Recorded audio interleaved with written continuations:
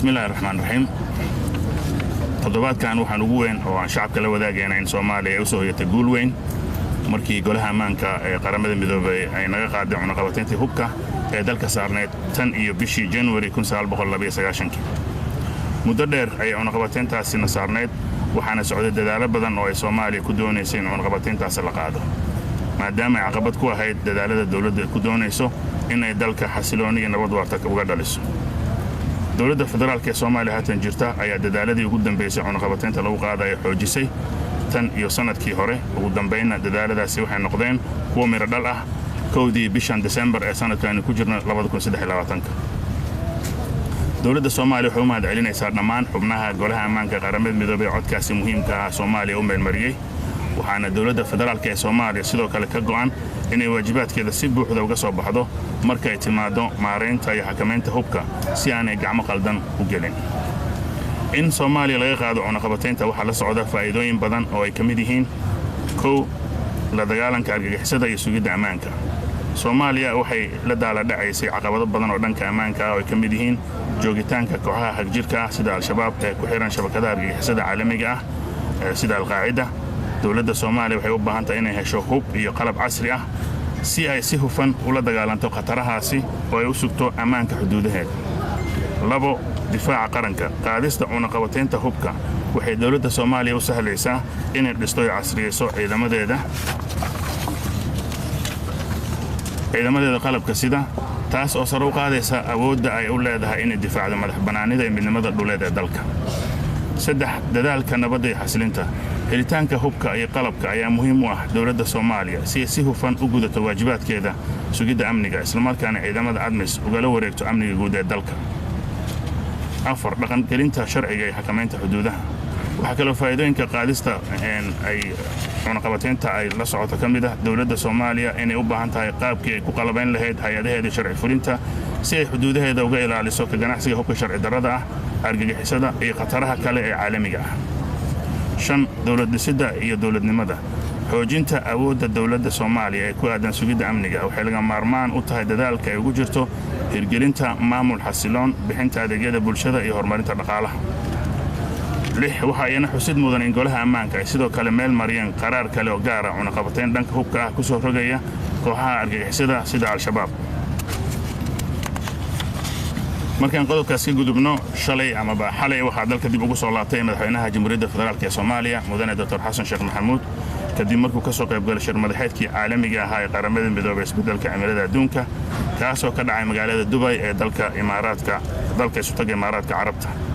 khudbadu halkaasi madaxweynaha ka jeediyay shirkaas caalamiga ah ee COP28 waxa uu madaxweynaha ku soo bandhigay saameynta xooggan ee ka soo gaartay dadka iyo deegaanka Soomaaliyeed isbeddelka xooggan ee ku socda cimilada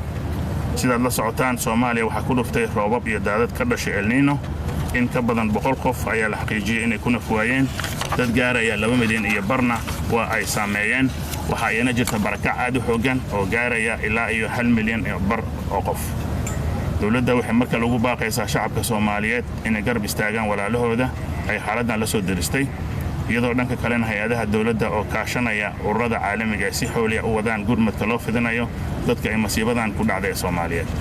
waxaana si darro ah in weli ay socdaan fatahaadahaasi inkastoo dadaalo badan ay socdaan haddana waa qayb ka mid ah dhibaatooyinka cimilada adduunka isbeddelka ku dhacaya ay la timid oo El Niño ay ugu weyn tahay qodobka kale waxa uu ku saabsan yahay booqasho oo ra'iisul wasaaraha xukuumadda federaalka ee Soomaaliya mudane Xamza Cabdi Barre oo ku tagay magaalada Kismaayo ee dowlad goboleedka Jubbaland socdaalkaasi oo muddo dhowr maalmood qaatay waxa muhiimadiisu ahayd wasaarahana diiradda ku saaray kormeer gurmadka loo fidinayo kumanaan qof ay waxyeeleen fatahaadaha dalka ka jira oo sidaad ogtihiin ay jiraan kumanaan qof oo ka soo cararay ama ka soo barakacay deegaano badan oo goboladaasi ah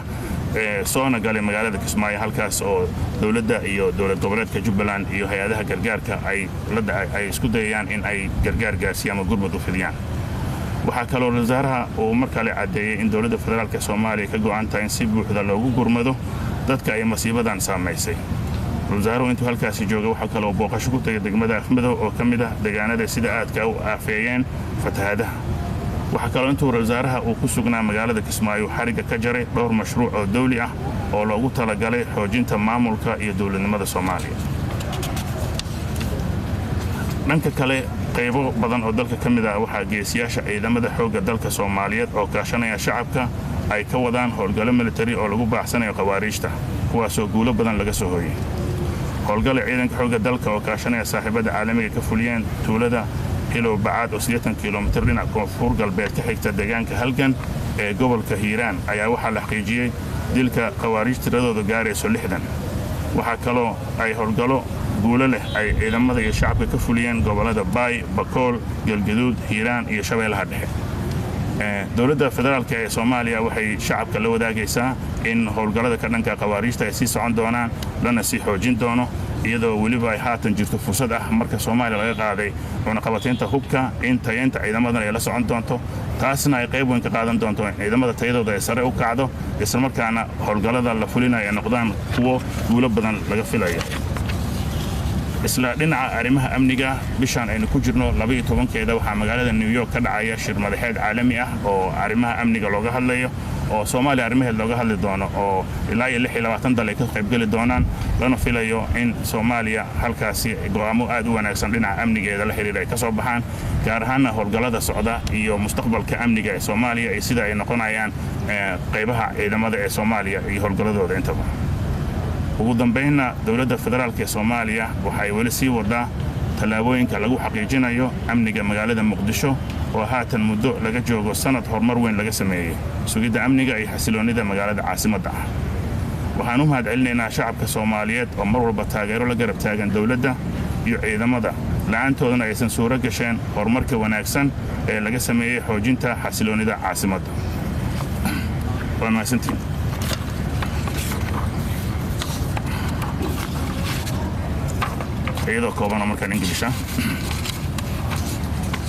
This week, the most important thing that we share with the public is that Somalia had a great success when the United Nations Security Council lifted the arms embargo on the country since 1992. The sanctions have been on us for a long time. There have been many efforts in Somalia to lift the sanctions, as it has been an obstacle to the government's efforts to create lasting stability in the country. The current federal government of Somalia has intensified its efforts to lift the sanctions since last year, and finally these efforts came to fruition on the 1st of December this year, 2023. The government of Somalia is grateful to all the members of the United Nations Security Council who passed that important vote for Somalia. The lifting of sanctions on Somalia has many benefits, including counter-terrorism and security. Somalia has been struggling with many security challenges, including the presence of extremist groups such as Alshabaab linked to the international terrorist network of Al-Qaeda. The government of Somalia needs to get modern weapons and equipment to effectively fight these threats and secure its borders. National defense. The lifting of the arms embargo will enable the Somali government to build and modernize its armed forces, enhancing its ability to defend the country's sovereignty and territorial integrity. 3. Efforts for peace and stabilization. The availability of weapons and equipment is important for the government of Somalia to effectively carry out its security duties and to take over the general security of the country from ATMIS forces. 4. Law enforcement and border control. The government of Somalia needs a way to equip its law enforcement agencies and to protect its borders from illegal arms, trafficking, terrorism, and other international threats. 5. State building and governance. Strengthening the Somali government's capacity to provide security is essential to its efforts to establish stable governance, provide public services, and develop the economy. 6. It's also worth noting that the Security Council has also approved another special resolution that imposes armed sanctions on the courageous Al-Shabaab terrorists. Last night, the President of the Federal Republic of Somalia, Dr. Hassan Sheikh Mohamud, returned to the country from Dubai, United Arab Emirates, where he attended the United Nations Summit on Climate Change, COP28. In his speech at the International Conference on Climate Change, the President presented the strong impact on the Somali people and the environment of the strong change in the climate. As you know, Somalia was hit by rains and floods caused by El Nino. More than 100 people lost their lives. About 2.5 million people have been affected by the disaster, while on the other hand, there is a strong displacement of the affected people, estimated to be about 1.5 million people. The federal government of Somalia is once again calling on the Somali people to stand by their brothers and sisters who have suffered in this situation, while on the other hand, the government agencies, with the help of international organizations, are speedily carrying out the assistance to Somali people affected by this disaster. Also, the Prime Minister of the Somali government, Mr. Hamza Abdi Barre, visited Kismaayo for several days in Jubaland State. This important journey was made by the Prime Minister to oversee the provision of relief to thousands of people who have been affected by the floods in the country. The Prime Minister has confirmed once again that the government is committed to providing full assistance to the people affected by this disaster. Also, the Prime Minister visited Afmadow district, which is one of the areas that were most affected by the floods. The Prime Minister, while in Kismaayo, inaugurated or launched several government projects aimed at strengthening the administration and governance of Somalia. On the other hand, in many parts of the country, the heroes of the Somali National Army, with the help of the people, are carrying out military operations to chase the Kharijist Alshabaab, an operation carried out by the National Army with the help of the international friends in the village of Hilo Baat, which is 80 kilometers southwest of Helgan in Hiran region, has confirmed the killing of 60 Kharijist Al-Shabaab members. The SNA and the local forces have also carried out operations in Bakol, Galgaduud, Hiran, and Middle Shabelle regions. Also, it's noteworthy to mention that there is going to be an international security meeting that will take place in New York in this month on 12th of this month. That's going to be attended for about 26 countries are going to attend. It's going to be an international meeting that's going to provide support to the Somali security strategy. Finally, the federal government of Somalia is continuing to take measures to ensure the security of Mogadishu, and for a year now, great progress has been made in securing the security and stability of the capital city. We are grateful to the Somali people who have always supported the government and the military, and without them, the good progress made in strengthening the stability of the capital will not have been possible. Thank you very much. ساعة وزير مجال جوانس محمد صومني في الصومالي كبر يا كسر شركة جريدة حكومة جريدة من قبضتين تهوك اللي قاعدين دولة الصومالية عرب إنه كويديو dalka dagaal ka socda ee lagu jiro kooxda Alshabaab dawladana ay guulo badan ka soo yiisay sidee hubka la keeni doono dawladda loogu aamin karaa sidaas si la mid ah hadii dalka hubkaasi la keeno ka waran dawladda hadii ay si qaldan u isticmaasho علشان in ay beelo ku gumaado oo ay beelo hubkaas u adeegsato meeshii loo adeegsan lahaa cadawga dalka ku soo duulay طبعا سؤال waxaan filayaa inaysan waaqiciga ku saleysnayn sababtoo ah dawlad ay xaq u leh inay hubka gacanta ku hayso muddadii Soomaaliya cunaqabateynta ay saarneedna waad ogtahay in ay jirto mar walba wadanka soo galaya in dawladdu ay ka warbixinaysay warbixinadaas ayaana sababay in dawladda lagu aamino in ay hubka si wanaagsan u maamuli karto marka waxyaabaha qaarkood ee propagandada ah ee ku saabsan beelay waxba la hubeynayo waxaan filayaa inay wararka suuqa oo in wanaagsanaan lahayd in waaqiciga marka hore la cabaaro marka su'aal amaba xaaladda jirta laga hadlayo waad maasantahay magacaygu waa Shukri Cabdi Cabdi salati welcome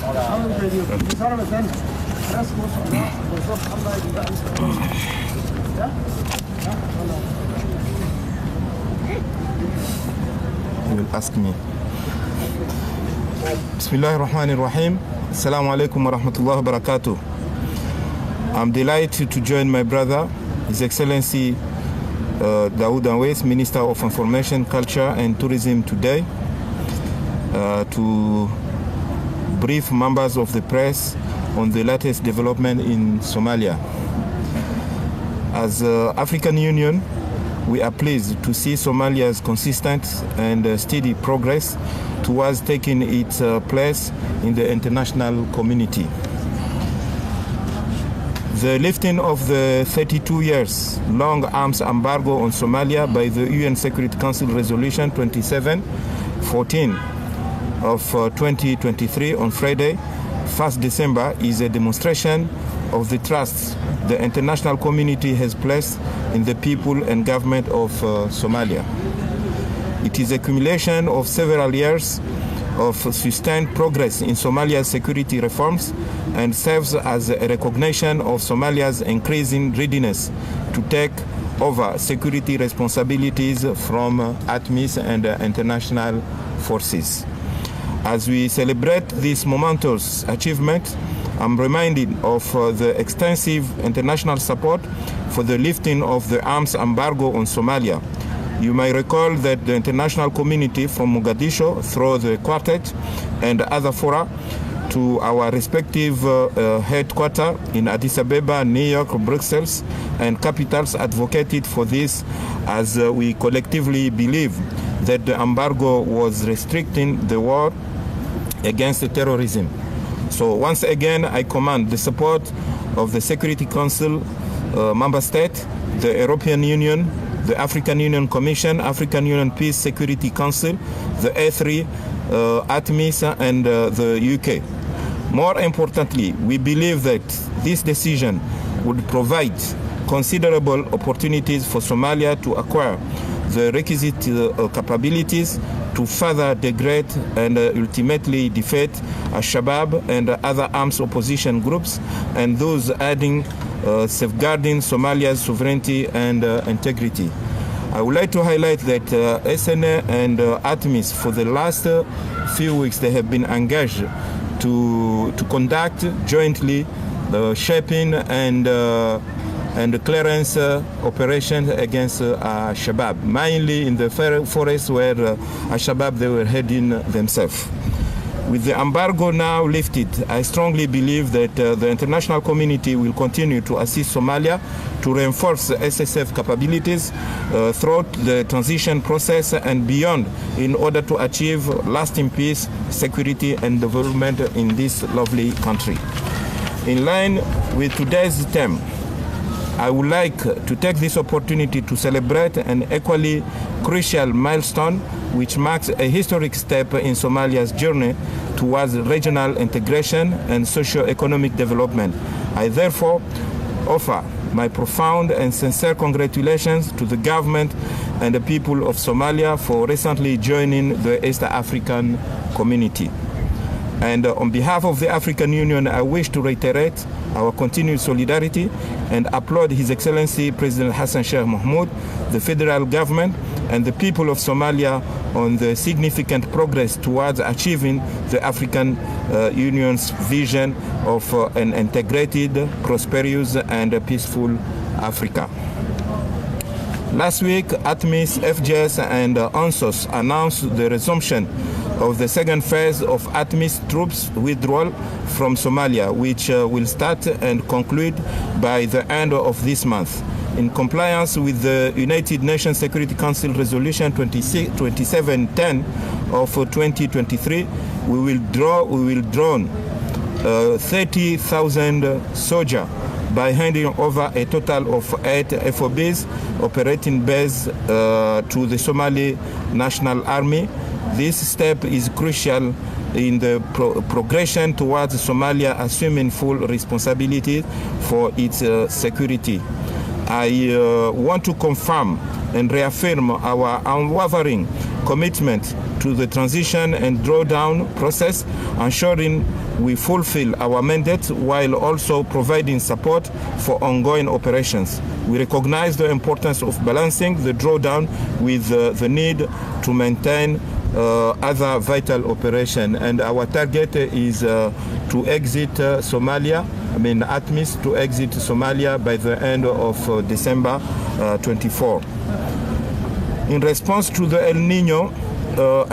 and this flooding, ATMIS has carried out comprehensive needs assessment to aid the federal government and various partners in their emergency relief initiatives. As part of these efforts, ATMIS forces have been actively distributing both food and non-food items to families impacted by the floods, with recent notable activities taking place in different federal member states. Additionally, in regions like Beltwin, Doble, and Afmado, our forces have played a significant role in evacuating families to safer locations. Working in collaboration with the SSF, we are also committed to maintaining the security and safety of these affected communities. I would like to make an appeal to all stakeholders, including international partners, to extend their support to those affected by the recent floods, which have resulted in considerable property damage and tragic loss of life. We are looking forward to participating in the upcoming Somalia Security Conference in New York on 12 December of this month. ATMIS values this conference greatly for its crucial role in maintaining international support for Somalia's security and shaping its future post-ATMIS. We are committed to full participation and aim to make substantial contributions towards a secure and prosperous Somalia. The minister spoke 2 languages. I'll speak 2 languages. As Somalia just joined the East African community, nachukua hii fursa niseme hongera rais wa Somalia, hongera wananchi wa Somalia na mheshimiwa waziri. Manake najua hii ni achievement kubwa katika diplomasi ya nchi hii Somalia. Sasa najua kwamba Somalia ni nchi muhimu katika nchi za Kiarabu, ni nchi muhimu katika nchi za bara la Afrika, lakini leo inaonyesha kwamba ni nchi muhimu katika nchi za Afrika Mashariki. Na tunakumbuka kwamba Somalia zamani ilikuwa inasaidia nchi zingi za Afrika Kusini na Afrika Mashariki kupata uhuru. Alafu wamewasaidia katika mambo ya elimu, afya. Somalia tuna miaka karibu 30 wameenda kwenye vita, lakini leo wamejiamsha. Mambo yanaenda vizuri, tunaongea mambo ya demokrasi, tunaongea mambo ya human right, tunaongea mambo ya development katika hii nchi. Kwa hivyo tunaona kwamba hii ni milestone pia kwamba Somalia wameingia kwenye muunganyo wa nchi za Afrika Mashariki. Kwa hivyo hongera bwana waziri, na kwa sauti yako tunasema hongera serikali yote. Na nachukua hii fursa kusema tena hongera, manake karibu miaka 32 Somalia ilikuwa imeshikwa mikono, imeshikwa miguu wakati ambao wameambiwa wachukue, na wao wenyewe wameamua kuchukua madaraka ya security. Lakini huwezi kuchukua madaraka ya security hata kama una majeshi, lakini kama una silaha ambayo zinakusaidia kuchukua madaraka ya security, huwezi kufanya chochote. Kwa hivyo nadhani leo hii lifting ya embargo ni hatua muhimu. Somalia wamewin katika vita yao ya kuwana na Alshabaab na hawa mahawariji, na Afrika nzima najua wamefurahi, na African Union wanasimamia, watawasapoti leo, kesho na kesho kutwa. Once again hongera mheshimiwa waziri, asanteni mahasini. وشكر عاد عبدي ورسالة خصيصا وسير وحفظنا يا Soomaaliya cunaqabateynta hubka laga qaaday sida ogna haba kooxda Alshabaab iyadoo cunaqabateyn ay saameeyay wadanka hubka Soomaaliya si Soomaaliyeesha oo si hoose wadanka u soo gashanayso hub hadii wadankii laga qaaday cunaqabateynta hubka oo wadanka hub soo galayo sida waxa kameen doontaan in hubkaas uu gaarin wasaasha koowaad mid labaad halkaas hasha su'aalkii ku kabka hasha soo waqti badan lama haya waad mahadsan tahay waad ogtahay marka la qaadayo cunaqabateynta waxa jira tartiibaad ama nidaam la raacayo. Nidaamka la raacayo waxa kamid ah in la soo xaqiijiyo wadankaas awood inuu leeyahay in hawshaas qaban karo. Soomaaliya muddadii cunaqabateynta ay saarneed waxay la shaqeynaysay guddi qaramada midoobay ka socda oo arrimaha hubka la socda. taas ayaana keentay ugu dambeyntii inay soo xaqiijiyaan in Soomaaliya awooddaas u leedahay ayna u dhisan tahay dhammaan imkaaniyaadka ay ku ilaalin lahayd hubka isla markaana ay gacanteeda ugu koobnaan lahayd. Waad mahadsantahay. halka ugu dambeeya كذا شأمان كعاصمة سوء هواجي كنت نقول سيدين لكن ما مين سوى الشعب كجار عن كان عصر الحين كعبنا عواقب ممكن وكذا شيء كلا يقول ده قاضي وحاجة وقام عندنا عصرين كان كاميرون كسيسيتيفي مغلط تريد هذه سأقول لها إن هي سبت أمان كان عصر حدود إلى السوق maxaa ku kalifay soo amarka ay Cameroon ku xiyeen maxaa sidii ku qorxaysan cawaaqib ka dhashay sababay in ay ummadda hanti ay ganacsato leeyihiin naftooda ay صح maaha sida warka loo dhigayo dawladda iyada ayaa mas'uulka amniga magaaladan horumarka laga gaaray magaaladan dawladda iyo shacabka oo iskaashanaya ay ku timid go'aanka hadda soo baxayna dawladda waxay qayb ka tahay in lagu ilaaliyo shacabka waxa ugu horeeya dawladda ay maanka ku hayso amaba ay diiradda saarayso waxa weeyaan in shacabka amnigooda la sugo saas darteed ayaan loo soo saaray amarkaasi waana la fulinayaa wixii caqabada ka yimaadana dawladda ayaa ka shaqaynaysa amar walba oo yimaadana way dhacdaa in caqabadii yar ee la kulmaan laakiin ugu dambeyntii wuxuu noqonayaa amar fulaya oo dawladdu ay markaas ku gaarayso hadafkii kale hadaan shacabka lagu ilaaliyo wasiir waa maasantahay hal su'aal aan rabo inaan ku weydiiyo shirkada jirada waxa ku jira golaha ammaanka qaramada qaraar ee meel mariyeen oo Alshabaab aan qabateen lagu saaray Alshabaab hadda ma lahan meel u gaar ah oo kaga soo dego dadka shacabka ay qayb ka yihiin wadanka ay qayb ka joogaan oo qabateentaasi la saaray Alshabaab waxay soo korinaysaa dabcan marka cunaqabatay la soo saaro qofka hadii la yiraahdo waxaan waa sharci darro oo wali uu haysto hab uu wixii ku sii fulin karo wixii waa sharci darro maalinta la qabto sharciga ayaa la horkeenaya dawladda oo kaashanaysa beesha caalamka iyo waliba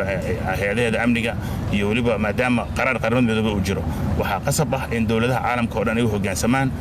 gudaha Soomaaliya lagu hoggaansamo caalamka diska lagu hoggaansamo marka hadii sharcigaas uu jiro aad uu wax uga taraya in lagu xakameeyo shabaab dhaqdhaqaaqooda ugu dambeyn So maybe you can clarify and say, the number of forces who are leaving in December 3,000, just to clarify. Yeah, you know that initially this mission, ATMIS, when it was established, we had 22,000 and we draw 3,000. We remain 19,000 and recently in June we withdraw 2,000. We are going to withdraw by December 3,000 and those 3,000 were supposed to be withdrawn by September. But it was requested a technical pause, and during this technical pause we have done a lot of things, ATMIS and SNA, to defeat Alshabaab. And by the 31st December we are going to withdraw 3,000, and the next step will be June by withdrawing 4,000. Thank you. Mahadsan.